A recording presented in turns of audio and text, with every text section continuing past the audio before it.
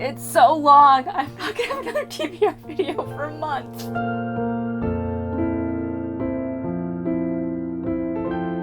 At the start of 2020, I had 200 books on my physical TBR. The Prince and the Pauper by Mark Twain. I liked it, I enjoyed it, I think I'm gonna keep it. The Island of Dr. Moreau by H.G. Wells. And The Puma was my favorite. Love Finds You in Lake Geneva, Wisconsin. I didn't finish it because I hated it. This is not great for my professionalism. The Stars Like Dust by Isaac Asimov. And honestly, I wanted to finish it for the first half because it was really good in the first half, and then it went... just gave me very serious Charles Dickens vibes. Got our pick, let us read it. Our Mutual Friend by Charles Dickens. This is my sister's favorite Charles Dickens book, which is Our Mutual Friend. It's about two siblings, I think. When I read Little Dorrit, I read in the same edition as this, and I took either so long or I'm so hard on the book that I wore off the ink, all the down the spine. It happened. It's humongous!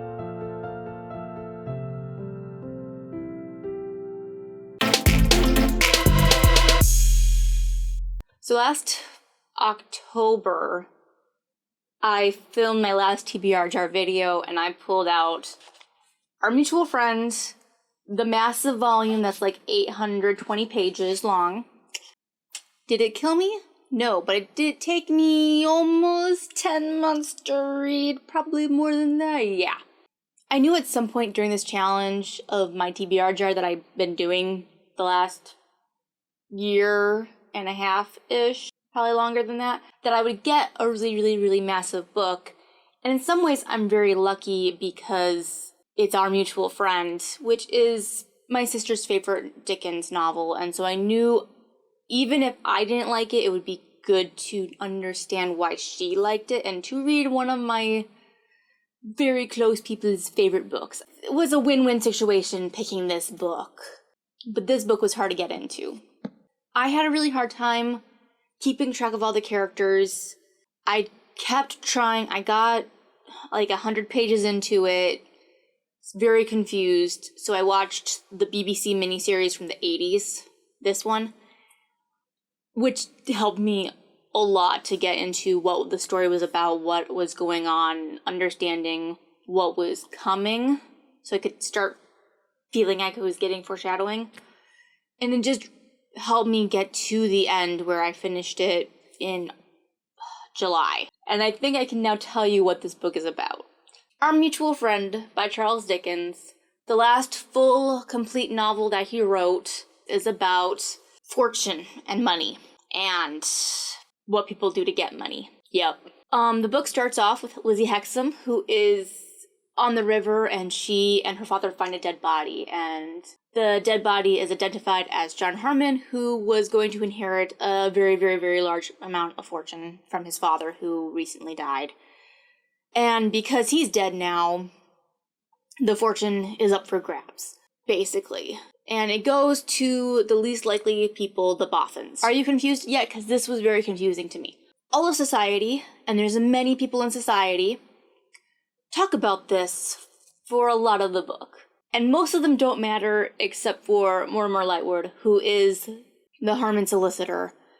And it's his job to inform Bella Wilfer, the fiancée of John Harmon, who has never met John Harmon, that her fiancé is dead. And she goes into mourning until the Boffins decide to adopt her. Have I covered everyone? No, there's more characters.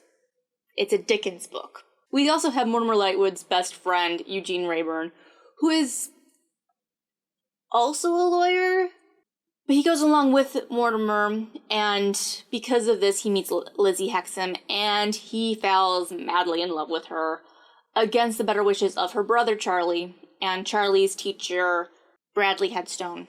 There's also criminals who are going around, namely Silas Wegg, who is not a criminal at the beginning of the story, but slowly dissolves into a life of crime. We have Mr. Venus, who is Wegg's best friend-ish, who's in love with Pleasant Rider Hood, who is the daughter of another villain, Rogue Rider Hood. You also have Gaffer Hexam, Lizzie's dad, who's also a jerk. Am I missing anyone? Oh, we also have the Lamleys, who are evil and are trying to get people to do evil things. You have Lizzie's best friend, Jenny Wren. Then you also have the mysterious new secretary of the Boffins, Rokesmith. I think I've covered everyone now. It's a lot of people. It's complicated. It gets complicateder. Watching the miniseries was really good for me because I then got to see images of everyone. Usually I'm really good with a lot of characters, but Dickens, in this book specifically at least, had a way of introducing all of them all at once. Usually these big society scenes where you have all of these characters from society talking about all the other characters in the book, which was just very confusing for my poor head. To wrap up the non-spoilers, I do think this is a good book to read. I enjoyed it. I think if you like long books that are complicated, you will like this book. If you like other Dickens books of Great Expectations or Little Dorrit, you will like this one, because I liked those and I like this one a lot. So yeah, I do think if you like Dickens, you will like this book. Plus, it's his last of his big novels. The Mystery of Edwin Drood, which is his unfinished work. This is his last book. So it's worth reading if you are a Dickens fan. If you hate Dickens, you're not going to like this book. Now that I've given you like a brief overview of what this book is about, I'm going to start talking a little bit more in depth. There might be some spoilers here. Again, this is a very, very, very old book, so you might already know some of these spoilers. I hate Bradley Headstone. He is the worst. I hate his guts. I just do. Rogue Rider Hood, I enjoyed, and Silas Wegg was kind of just like this meh bad guy. I did not care about him, but I didn't hate him as much as I probably should either. Oh, and Charlie was also the worst. I wanted to talk a bit about women in Dickens, specifically in this book, because I've read quite a bit of Dickens at this point. I feel like I've read enough to make some opinions. I think this has his best girl characters in it, by far. Just gonna make a blanket statement like that. It's just gonna be how it goes today. I love Amy Dorrit. I love Estella and Miss Havisham. But probably all of his main female lead characters, they are very one-sided, one-dimensional cardboard characters, where they are either good or bad. They are hurt, therefore they turn evil. They are so innocent that nothing in the world can turn them from goodness. It's that generic kind of storytelling, which is fine. Sometimes I think we do need that kind of storytelling where it's caricatures and then we care less about the characters and more about the plot, and that's what Dickens usually does. But with this, it is way more of a character-driven story, and I think his female leads are better because of it. I feel like between Lizzie and Bella and Mrs. Boffin and Mrs. Lamley, Jenny Wren, Pleasant Rider Hood, we get these very different shades of who women are. Between the people who are running society, which is Mrs. Tippins, also a woman, we have Jenny Wren, who has her own business. We have Miss Podsnap, who is being used by other people. We have Lizzie, who is also being used by other people, but she knows it and she is working against that and making her own decisions in the story. We have Bella and Mrs. Boffin, who Mrs. Boffin is the angel of the story. Bella the mercenary, who is trying to decide how she is going to live her life in regards to money, or is she going to go Mrs. Lamley's route, where all she cares about is money, or is she going to go Lizzie Hexam's route, where she doesn't care about money? Also, the way women understand what other people are doing within the plot. Pleasant Rider Hood, the daughter of Rogue Rider Hood, understands that her father is not a nice person. Same with Lizzie, where she understands her father is wrong about a lot of the things he's doing and attempts to get her brother Charlie out of that life as quickly as she can. I mean, I hate him, but Lizzie tried her best. So yeah, I just feel like this is the best of Dickens' female characters.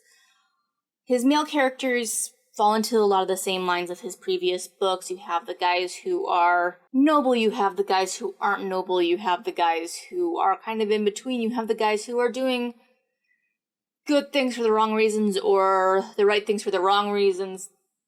Dickens has always been okay with writing his male characters. From Ebenezer Scrooge to Pip. I didn't talk much about Rokesmith or Eugene. I loved both of them. I loved Eugene more. He's basically Sydney from Tale of Two Cities, only with a happy ending. Which I think might also be why I really like this book, is because the best part of Tale of Two Cities for me was Sydney Carton. And having this book have Eugene Rayburn, who's very similar of a character, but having his story be more of a lead of the story, having a lot more scenes from his perspective, having a lot more stuff for him to do. They're such similar characters, and I just love them both. Having Sydney falling in love with Lucy, I was like, I don't believe this. Having Eugene fall in love with Lizzie, I can get behind. I believe this 100%. I love them together. They're my fave. They're my OTP. I mean, I love Bella and Roguesmith too. They're also OTP. I thought the romance between Bella and Roguesmith was way better in the book than it was in the miniseries. I hated it in the miniseries, and I can't believe that I was okay with it in the book. I forgot to mention quickly that Bradley Headstone is a vampire. You cannot tell me otherwise. I believe it. There is something wrong with that man that is not natural. He's a vampire. He is. Final thoughts. Read it if you like long books, if you like Dickens, if something I've talked about makes this interesting to you. I feel like I have more stuff I could talk about with Our Mutual Friend because it's so long. I know other people have done video series or blog series talking about each character or segment. I have so much more stuff to talk about, but I'm just not going to go there anymore with Our Mutual Friend. This video is long enough. It's done. Ha ha ha ha ha. Comment down below, ask me questions. We'll talk about this book more in the comments. Or if you want me to make another video about Our Mutual Friend, let me know in the comments again. Otherwise, it's time for one of... Whoa, that popped right next to my ear. Ow!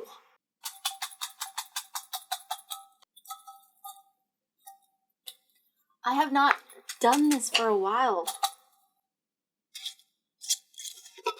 Okay. New one. I'm really hoping it's not a really long one again. But also I want a Rex Stout, I think. Or Rex Stout. I want a Rex Stout. Maybe an Agatha Christie. Okay.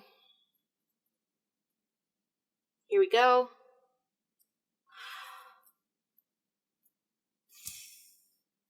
We have a Jules Verne. Ugh. We pulled Paris in the 20th Century by Jules Verne, which is this book. It is not that long, let's be honest. Thank you. Yeah, it's about 200 pages.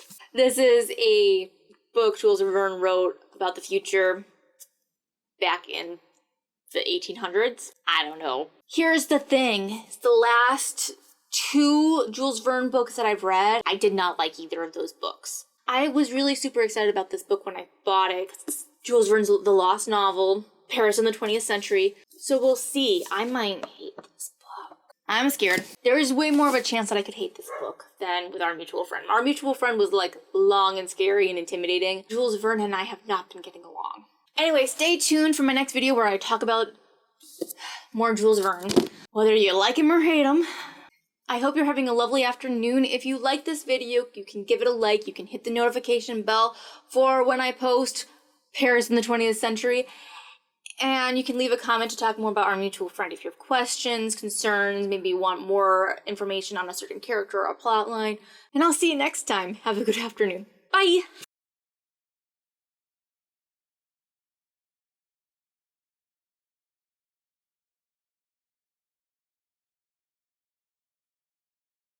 That was really loud. I'll do it again.